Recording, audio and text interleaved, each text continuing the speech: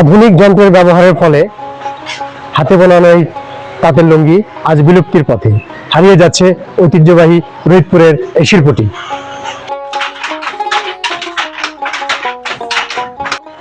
আসসালামু আলাইকুম। ঢাকার কেরানীগঞ্জের রোহিতপুর থেকে আমি অনিন্দ আসাদ আপনাদের সবাইকে জানাচ্ছি অনেক অনেক শুভেচ্ছা। আবহমান কাল থেকে বাঙালির প্রিয় পোশাক হচ্ছে লুঙ্গি, আর এই লুঙ্গি যদি রোহিতপুরের হয় তাহলে কোনো কথাই নেই। কেননা দেশের বিভিন্ন প্রান্তে লুঙ্গি তৈরি হলেও রোহিতপুরের লুঙ্গির রয়েছে বিশেষ একটি কদর। রোহিতপুরের তাঁত লুঙ্গি বাংলাদেশের একটি প্রাচীন ও ঐতিহ্যবাহী হস্তশিল্পের নাম। ঢাকার রোহিতপুর অঞ্চল বহু দশক ধরে, এমনকি ব্রিটিশ আমল থেকে তাঁত শিল্পের জন্য পরিচিত। এখানকার তাঁতিরা কাঠের হাত চালিত তাঁতে লুঙ্গি, গামছা ও বিভিন্ন ধরনের কাপড় বুনতেন, যা দেশের বিভিন্ন অঞ্চলে সরবরাহ করা হতো।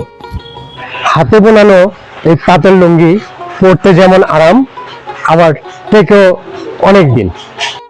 কয়েক বছর আগেও 3000 তাঁতের খটখট শব্দে মুখর ছিল এই রোহিতপুর তাঁত শিল্প, কিন্তু আজ হাতে গোনা মাত্র কয়েকটি তাঁত বেঁচে আছে এই রোহিতপুরে। আচ্ছা আঙ্কেল, এই যে লুঙ্গির থানটা, হ্যাঁ, এটা কয় হাত? 24 হাত হবে। 24 হাত লম্বা এই থানটা। এর মধ্যে কয়টা লুঙ্গি হবে? একটা লুঙ্গি হবে। 4টা লুঙ্গি হবে। কয় হাত?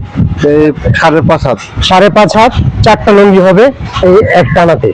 আমার হাতে দেখেন 25 কেজি ওজনের এই মাজনটি ওনারা অনায়াসে ব্যবহার করছে খুব সহজে। একটি লুঙ্গি তৈরি করার জন্য বিশাল কর্মযজ্ঞ, ধাপে ধাপে আপনাদেরকে দেখাবো। এই সুতায় এখন মাজন দেওয়া হচ্ছে। এই মাজন দিলে অনেক আরামদায়ক এবং টেকসই হয় রোহিতপুরের লুঙ্গি। আসসালামু আলাইকুম মুরব্বি, কেমন আছেন? আচ্ছা, আপনার মাথায় এটা কি? এটা মাজন বলে। মাজন বলে। এটা ওজন কতটুকু? 25 কেজি হবে। 25 কেজি ওজনের মাজন মাথায় নিয়ে উনি লুঙ্গিতে মাজন দিচ্ছেন। আসসালামু আলাইকুম আঙ্কেল। ওয়ালাইকুম সালাম। এটা কি দিচ্ছেন আপনি? এটা মার দিচ্ছি। মার দিচ্ছেন না? এটা দিলে কি হয়? এটা শক্ত হয়, টানা শক্ত হয় না? শক্ত হয়, সুতা শক্ত এবং মজবুত হয়, টেকসই হয়, আরামদায়ক হয়।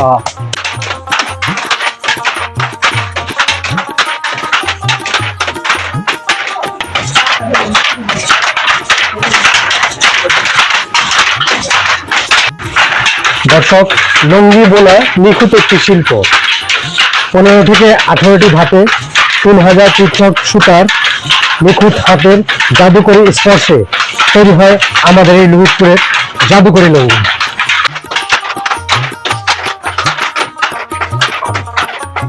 রোহিতপুরের হাতে বানানো এই লুঙ্গি শুধু একটু কাপড় নয়, এটি একটি ঐতিহ্য, এটি আমাদের আবেগ।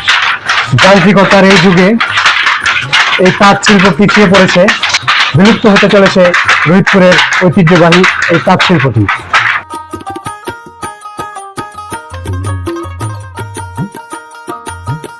আঙ্কেল, আসসালামু আলাইকুম। ওয়ালাইকুম আসসালাম। কেমন আছেন? আলহামদুলিল্লাহ। আচ্ছা, আপনি যে কাজটা করতেছেন এটা কি কাজ বলে? এই আমাদের এই লুঙ্গির দ্বিতীয় ধাপ। এটা লুঙ্গির দ্বিতীয় ধাপ। আচ্ছা আচ্ছা। এই ববিন গুলা আমরা লাসি সুতার থেকে মানুষদের ববিন করে আইনা এখানে 60টা ববিন গাইতে, তারপরে এখানে বাস পালানো হয়। ও, এটাতে 60 পিস ববিন আছে? হ্যাঁ, 60 পিস ববিন আছে। এটা আমাদের একটা হিসাব, বুঝছেন? আচ্ছা, একটা লুঙ্গির কি কি ধাপ আছে যদি আমাদেরকে একটু বলতেন? অবশ্যই বলবো না। মানে প্রথম ধাপ হলে লাসি সুতার থেকে ববিন করানো হয়। ববিনের পরে এই ববিন এইভাবে বাস পালানো হয়। ববিনটা এইভাবে গাইটা কোন জায়গায় কোন কালার সেট করব এখানে বাস পালানো হয়। ও, এটা কালার অনুযায়ী ভাঁজ ফালানো, সুতোর ভাঁজ। হ্যাঁ হ্যাঁ, এই কারণে যে এই কালার গুলো আছে, যে কালার আছে, সাদা আছে। আচ্ছা, হ্যাঁ, এই যে দেখেন এখানে বিভিন্ন কালারের ববিন আছে। এখানে সাদা, নীল, বেগুনি, কালো, প্রয়োজন অনুযায়ী যে কালার দরকার সেই কালার এখানে সেট করে, কালার দরকার ওই কালার সেট করি। এইটাই তো লাগে, এটা ছাড়া তো জো হবে না। ও, এটা কি জিনিস, কি বলে এটাকে? এটারে আমাদের ভাষায় আমরা সিলট বলি, চিরুনি বলি। চিরুনি, সিলট। আচ্ছা আচ্ছা। এটা দিয়েই জো হয়। এটা দিয়ে যে হয় না? আচ্ছা। যেমন এই যে এই সুতাটা, এই যে দেখেন, এই দেখেন, দেখছেন? এটা একটা সুতা। আচ্ছা, এখানে একটা সুতা না? হ্যাঁ, কালো। কালো হোক যে কোনো হোক। আচ্ছা, এটা পার বলে না, লুঙ্গির পার? হ্যাঁ হ্যাঁ, এটা পায়। বুঝছেন, এই সুতাটাই এইখানে বাস ফালানো হয়। আচ্ছা আচ্ছা, বুঝছেন, ওই যে দুই মোড়া দুটা মাপকাঠি খোটা, হ্যাঁ, মাপকাঠির খোটা। আর এই যে এটার মধ্যে ই করানো হয়। বুঝছেন, এইখান থেকে মনে করেন খন্ড খন্ড করে হিসাব আমাদের আছে। যেমন 60টা ববিন, হ্যাঁ, যেমন 60টা ববিনের থেকে মনে করেন এই 4টা প্যাচ দিলাম, 4টা গুন্ডা দিলাম, এই যে এইভাবে দেখাই, না দেখাইলে তো বুঝবেন না। এখানে 60টা ও, এক একটা ইসে 60 পিস করে সুতা না? যেমন আমরা এই 3 টান পরে রঙিন দিলাম বা 4 টান পরে রঙিন দিলাম, আমরা যখন যে ডিজাইন দিব ওইভাবে আপনারা সাজান। ওই হিসাবটা। আচ্ছা এই আচ্ছা পুরাটার মধ্যে আমাদের 64টা প্যাচ আছে।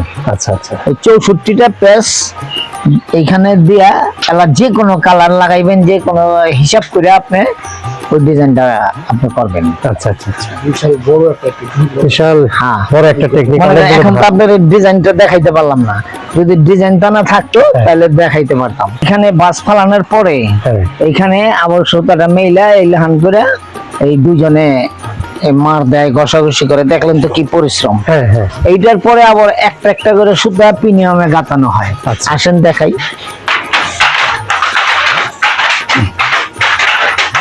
একটা একটা করে সুতা এই প্রিমিয়ামের মধ্যে গাঁথানো হয়। এবারে সুতা এই দেখেন, চারি লাগান, চারি না লাগাইলে বুঝবেন না, চারি না লাগাইলে বুঝবেন না। প্রত্যেকটা ফাঁকা আছে, প্রত্যেকটা ফাঁকা আছে, প্রত্যেকটার মধ্যে এই যে ফাঁকা আছে। বুঝছেন, চাকু দেয় একটা একটা করে সুতা ওই গাঁথে। এই প্রত্যেকটা ভাজে ভাজে একটা একটা করে সুতা দিতে হয়। সুতা ভালো তো, কয়েক হাজার পিস সুতা এখানে কতটি সুতা আছে আমাদের তো গোনা আছে, আপনার তো হিসাব করে আপনাদের গোনা আছে। 60টা করে 64 টাকা প্যাচ আছে, 64 রে 60টাই দেন। বুঝছেন, বিভিন্ন কালারের বিভিন্ন সেম সেম কালার আছে। যেমন এই যে এটা মোটামুটি সেম। হ্যাঁ, বেগুনি কালারের আছে এখানে। সব আমার কাছে 16টা কালার আছে। 16টা কালারের সুতো। রোহিতপুরের লুঙ্গির বিশেষত্ব ছিল এর মজবুত বুনন, আরামদায়ক কাপড় এবং নান্দনিক নকশা। এক সময় এই এলাকায় হাজার হাজার পরিবার প্রত্যক্ষ বা পরোক্ষভাবে তাঁত শিল্পের সঙ্গে জড়িত ছিল। গ্রামের পর গ্রাম তাঁতের শব্দে মুখর থাকত।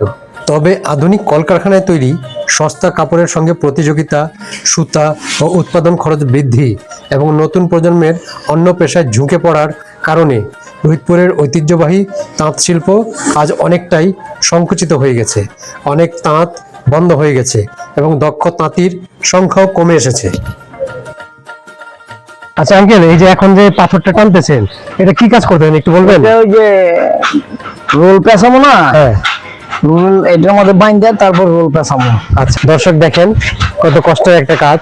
এটার মধ্যে এই বাইন্ধে পাথর দিয়ে এর মধ্যে রোল বেঁধে তারপরে রোল পেঁচাবেন।